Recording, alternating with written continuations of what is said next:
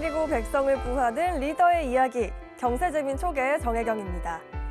국가는 건전한 소비 행위를 계도하고 생산품의 품질 향상을 촉구하기 위해 소비자 보호 운동을 보장한다.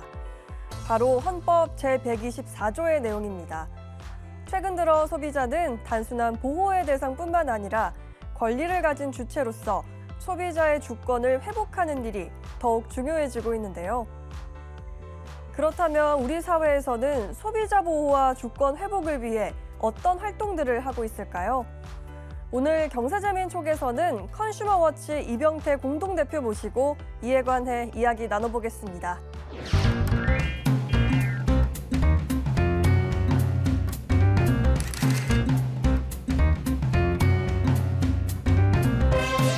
거기서 그냥 못 팔리면 대기업보다도 그 생산자인 농민이나 어부가 지는 경우가 더 많거든요. 인위적으로 시장의 선택을 정치권이 할당하려고 하는 정책들은 망상에 기초한 거죠.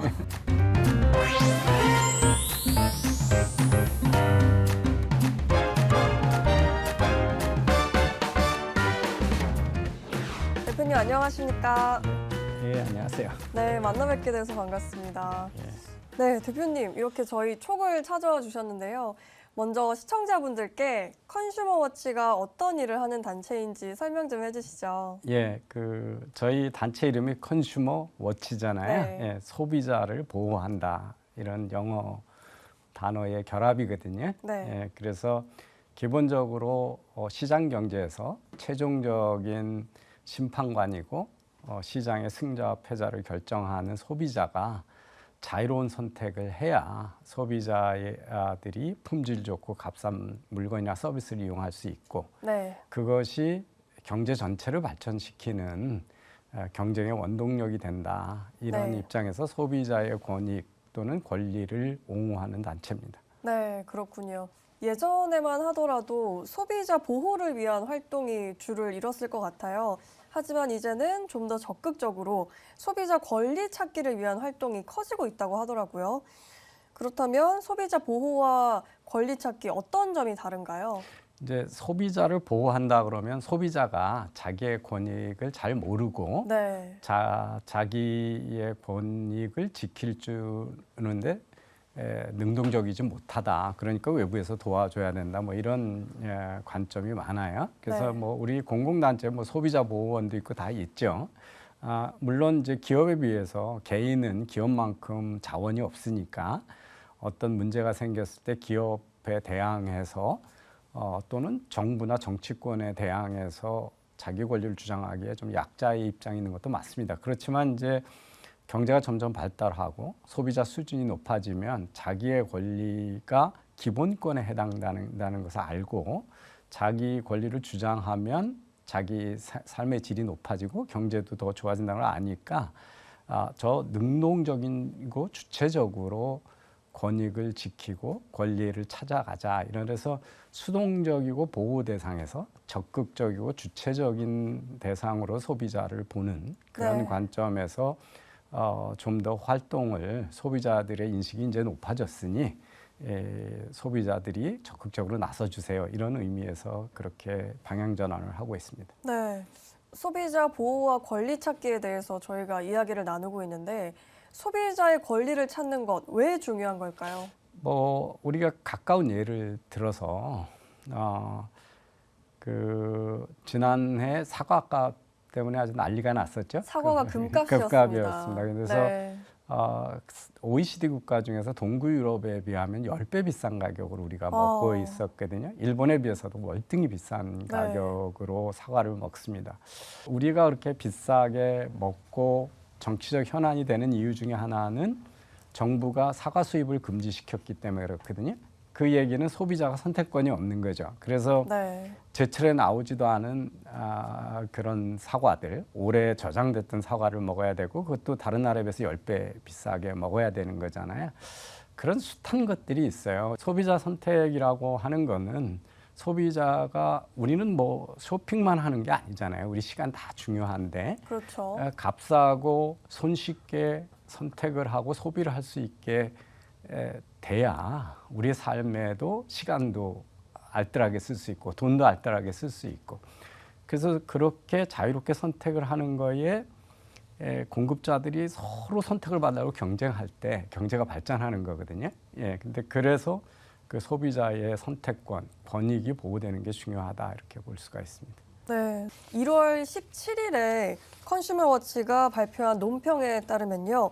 알뜰폰 도매대가 협상에 대해서 정부가 사전 규제를 한다는 입장을 냈다고 하더라고요.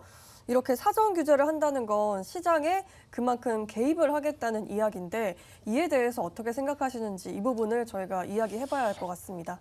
알뜰폰 도매 대가에 대한 사전 규제가 뭔지 일반 소비자들은 잘 모르실 거예요. 근데 네. 사실은 통신을 하기 위해서는 이제 망을 깔아야 되고 중계기도 설치해야 되잖아요. 그 투자한 망 이용료라고 생각하면 그래서 될까요? 그 우리 통신 3사들이 네. 그런 투자를 합니다. 정부가 뭐라냐면 자 SK텔레콤, KT, LG U+, 당신들이 알뜰폰 사업자한테 망 사용료를 받는데 그걸 빌려서 이제 통신 사업을 하니까 네. 그들한테 얼마를 받아야 될지를 정부가 결정하겠다는 거예요. 아, 그러니까 얼마 이상은 받지 말아라 이런 거예요. 그걸 정부가 그렇게 규제를 하는 게 그러니까 가격 규제죠. 네. 그러면 이제 알뜰폰이 더 싸게 공급될 수 있다 이런 논리잖아요. 아, 1차 보면 알뜰폰 사용자한테 좋은 소식인 것처럼 보여요. 예?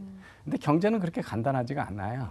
왜냐하면 그러니까요. 이 막대한 투자를 해놓고 그걸 남한테 싸게 적자를 보면서 공급을 해주면 그 통신 사업자들은 어디서 돈을 복구하려고 들까요? 소비자에게서 자기 복구하려고 소비자한테 하죠. 가격을 못 낮춰주죠. 왜냐하면 네. 그쪽에서 비용이 발생하니까. 그다음에 5G 아직 서울 중심의 대도시만 깔리고 아직 전국에 안 깔렸거든요. 아, 그런데 이 통신회사들이 그거 알뜰폰 사업자 지원하느라고 출혈로 그걸 주고 나면 당연히 그 시설 투자하는 여력이 적게 되겠죠. 네. 그래서 결국 이 얘기는 뭐냐면 정부가 개입해서 알뜰폰 사용자를 도와주는 반면에 일반 통신 사용자들한테는 비용을 더 높게 전가하는 게 되죠. 과연 정부가 누구한테 더 유리한 게끔 시장 가격을 개입하는 게 옳은 거냐 하는 문제가 생기가 되고 네. 그다음에 알뜰폰 사업자도 각자가 소비자한테 선택받으려고 서비스 경쟁을 해야 되잖아요. 네. 근데 서비스 정부가 알아서 자기네 원가를 낮춰주면 서비스 경쟁하고 원가 절감하려는 노력 대신 정부한테다 자꾸 가서 로비를 하면 되게 되는 거죠. 그러면 이게 뭐냐면 경제 정책 전체에 좀비 기업이 늘어나는 거가 되거든요. 그래서 이런 시장 개입은 뚜렷하게 만약에 알뜰폰 사용자가 통신 약자들이어서 정상적인 통신을 사용할 수 없는 국민들이 있다. 네. 그렇다면 정부가 거기다 대고 보조금을 준다든지 바우처를 주는 방법도 있어요. 시장 개입하지 않고 세금에서 복지를 정부의 예산으로 하지 않고 다른 소비자한테 전가하기 때문에 시장에 왜곡이 생기는 겁니다. 그래서 정상적인 그 통신망을 공급하는 업체의 소비자들은 더 비싼 가격으로 계속 사야 돼. 그렇기 때문에 이런 시장의 개입은 자제를 해야 되고 최소화해야 된다 이런 생각에서 저희들이 이제 반대 성명을 발표하게 됐던 겁니다. 네, 그렇군요. 휴대폰 이야기를 하니까 또 다른 성과가 생각이 납니다. 컨슈머워치와 여러 소비자 단체가 함께 협력해서 얻은 결실이었는데요. 바로 단통법 폐지를 들 수가 있겠죠. 이 단통법 폐지를 위해서 컨슈머워치에서 어떤 활동을 해왔고 그리고 단통법 폐지가 주는 시장의 영향은 어떤 걸까요?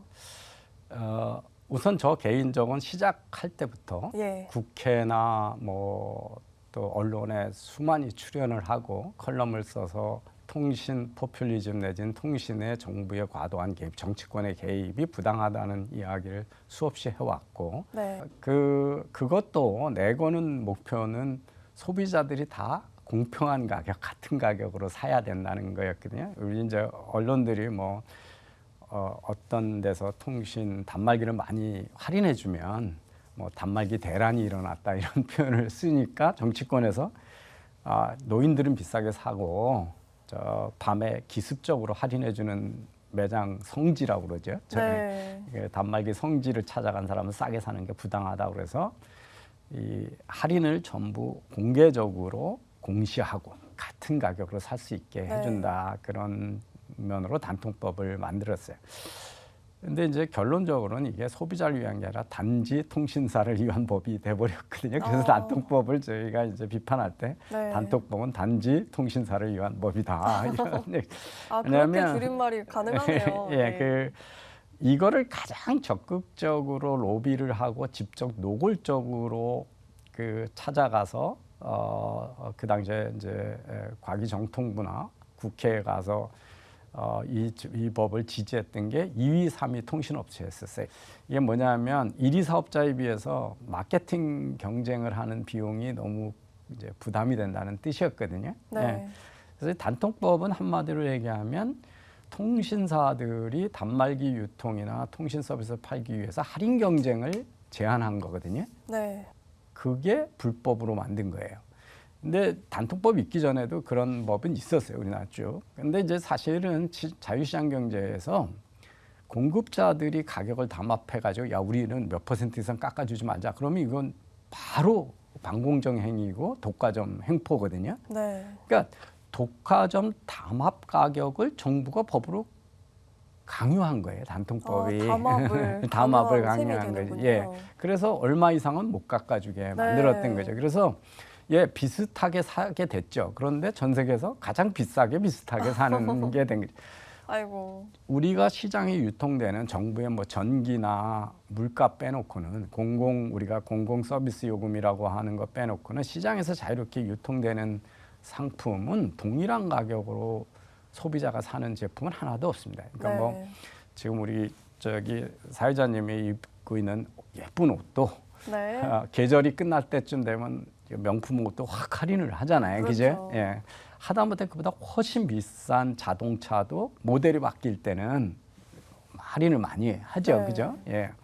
아파트도 미분양이 되면 훨씬 막 매덕도 깎아주고 그러잖아요. 맞습니다. 그리고 뭐 우리가 신선물류 안 팔리면 비용만 많이 발생하는 생선이나 이런 거는 그 또리 할 때쯤 가면 많이 깎아주잖아요. 네. 그런데 왜 단말기만 그렇게 동일한 가격으로 다 사야 된다? 이게 이제 경제 원리에 맞지 않는 얘기였죠. 이 시장에 동일한 가격은 존재하지 않는 거거든요. 근데 그거를 내세워서 단통법을 했다는 게 좀 이상한 제도였다. 그렇게 인식하시면 됩니다. 네. 또 저희가 얘기를 해볼 게 지난해 정부가 대형마트 의무 휴업을 폐지하기로 했습니다. 이 부분이 좀 아이러니한데 그 의무 휴업의 역사를 되짚어 보면 시초가 전통시장이나 중소상인을 살리기 위해서 했던 제도인 거잖아요.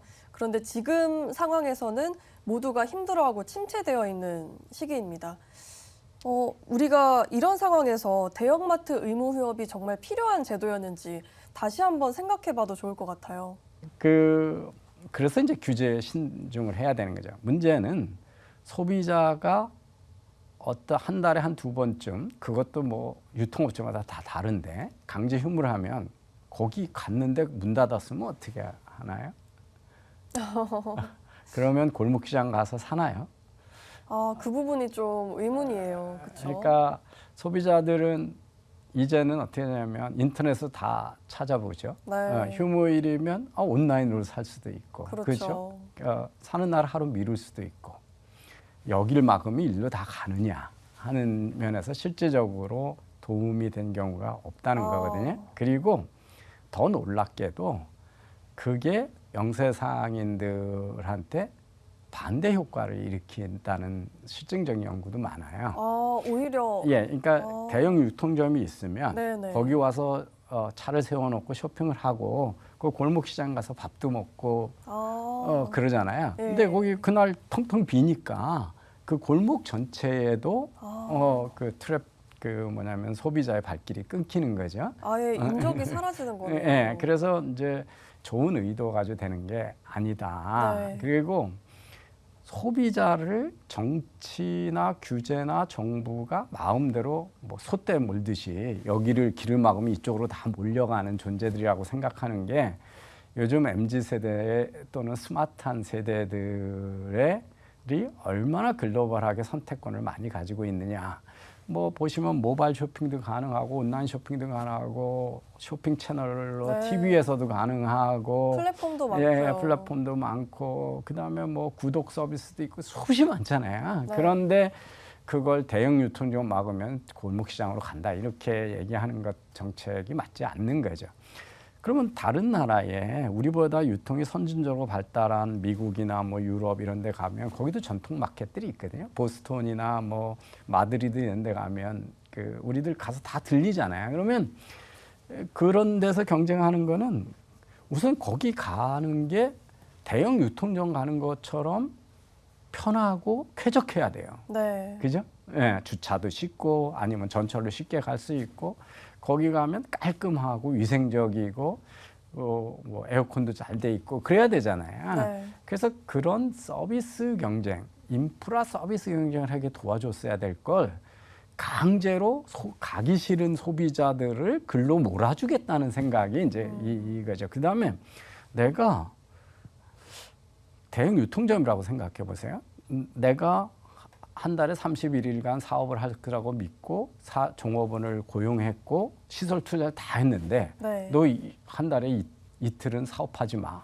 이게 얼마나 큰 재산권 침해예요? 그렇죠. 그래서 이제 외국계 유통회사들은 이거에 대해서 법원에 이제 법원의 판단을 받기 위해서 해고를 했는데 우리나라 법원은 이제 소비자 주권 이런 것보다 정부나 그 국회가 하면 대부분 다 합헌이라고 하기 때문에 졌어요. 졌는데 그렇군요. 외국 같으면 이게 소급 입법으로 네. 어떤 기업의 영업권을 제한하는 거니까 이건 아마 외국 같았으면 소용 안 되는 위법적이고 위헌적인 일이었을 거예요. 그런 이제 문제도 있고 또 하나는 자 이마트 그러면 우리나라 뭐 신세계그룹 그러면 이제 삼성그룹에서 분가한 대기업. 롯데 뭐 대표적인 대기업 집단. 네. 그러면 거기에 대형 유통점에 하는 거는 대기업 종업원들만 혜택을 보느냐 하는 거예요. 거기에 납품하는 업체들 수없이 많잖아요. 그렇죠. 다 중소기업이고 뭐 그렇죠. 그 식품이나 이런 건 다 농부들이 납품하는 거잖아요.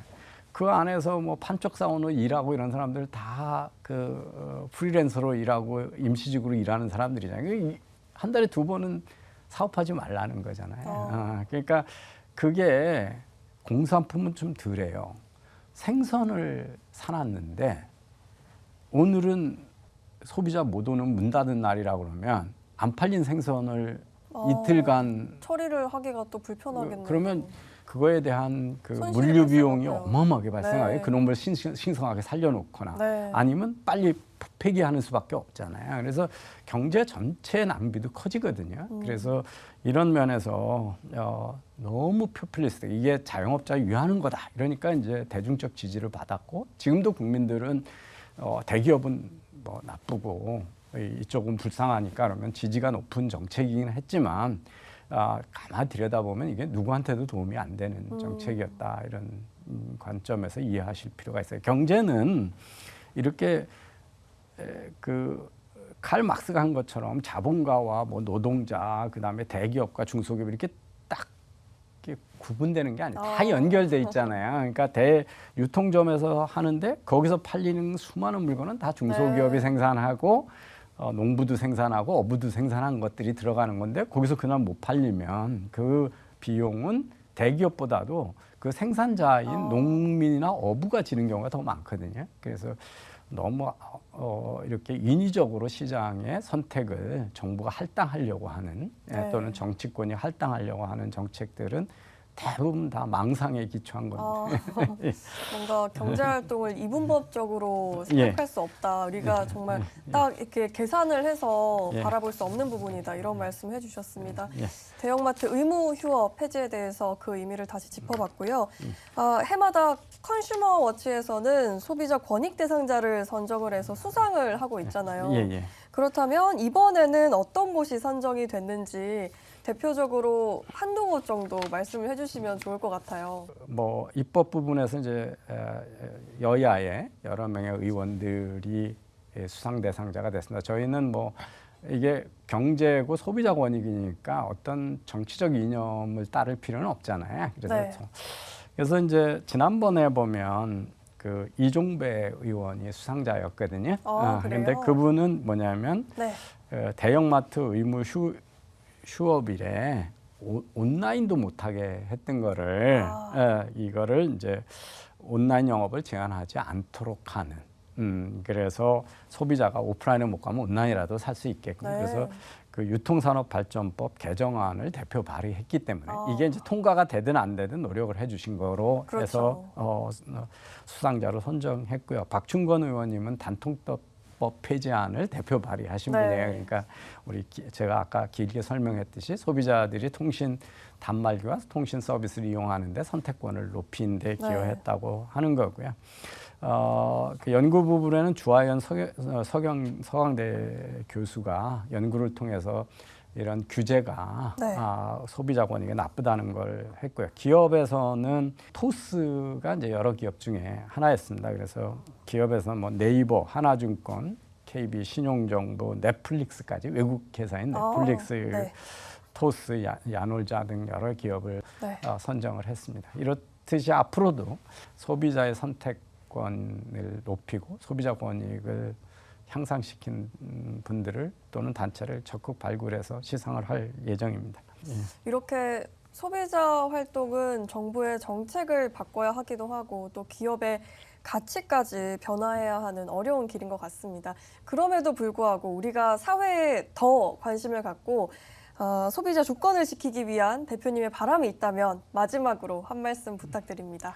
예, 우리는 지나치게 관치 경제 또는 공급자 중에 약자 보호에 우리 화두가 아주 집중돼 있어요. 그 소수의 농업 생산자 또는 수산물 생산자들을 보호하려고 도시 시민 전체를 지금 도시 시민 전체의 비용으로 소수를 보호하려고, 그러니까 소비자 비용으로 복지를 하려고 그러는 거거든요. 그래서 아까도 얘기했지만 시장은 시장대로 돌아가게 하고 복지를 하고 싶으면 세금에서 해라. 그런 인식이 돼야. 그래서 국회는 인기 영합해서 이익 집단들한테 계속 유리한 입법을 하게 돼 있어요. 그래서 지난번에 이제 택시 기사들이 막 난리를 치니까 영업하고 있는 타다를 금지시키는 법을 통과시켰잖아요. 이런 게 이제 우리나라 현실이에요. 왜냐하면 그 똘똘 뭉친 20만 넘는 기사들의 압력이 그냥 무관심한 소비자들보다 더 크니까 버젓이 영업하고 있는 기업을 사후 입법에 의해서 그 불법으로 선언해버리는 물론 이제 법원에서 그게 그 위헌이라는 판결이 나서 다행이지만 그래서 이 우리 사회의 경제가 선진화되고 효율성이 높아지려면 소비자 권익이 보호돼야 되고 소비자 중심으로 생각을 해야 된다. 이런 인식을 빨리 해주셨으면 좋겠습니다. 네, 알겠습니다. 자본주의 시장 경제를 살아가는 한 우리는 모두 한 사람 한 사람 소비자일 수밖에 없는데요.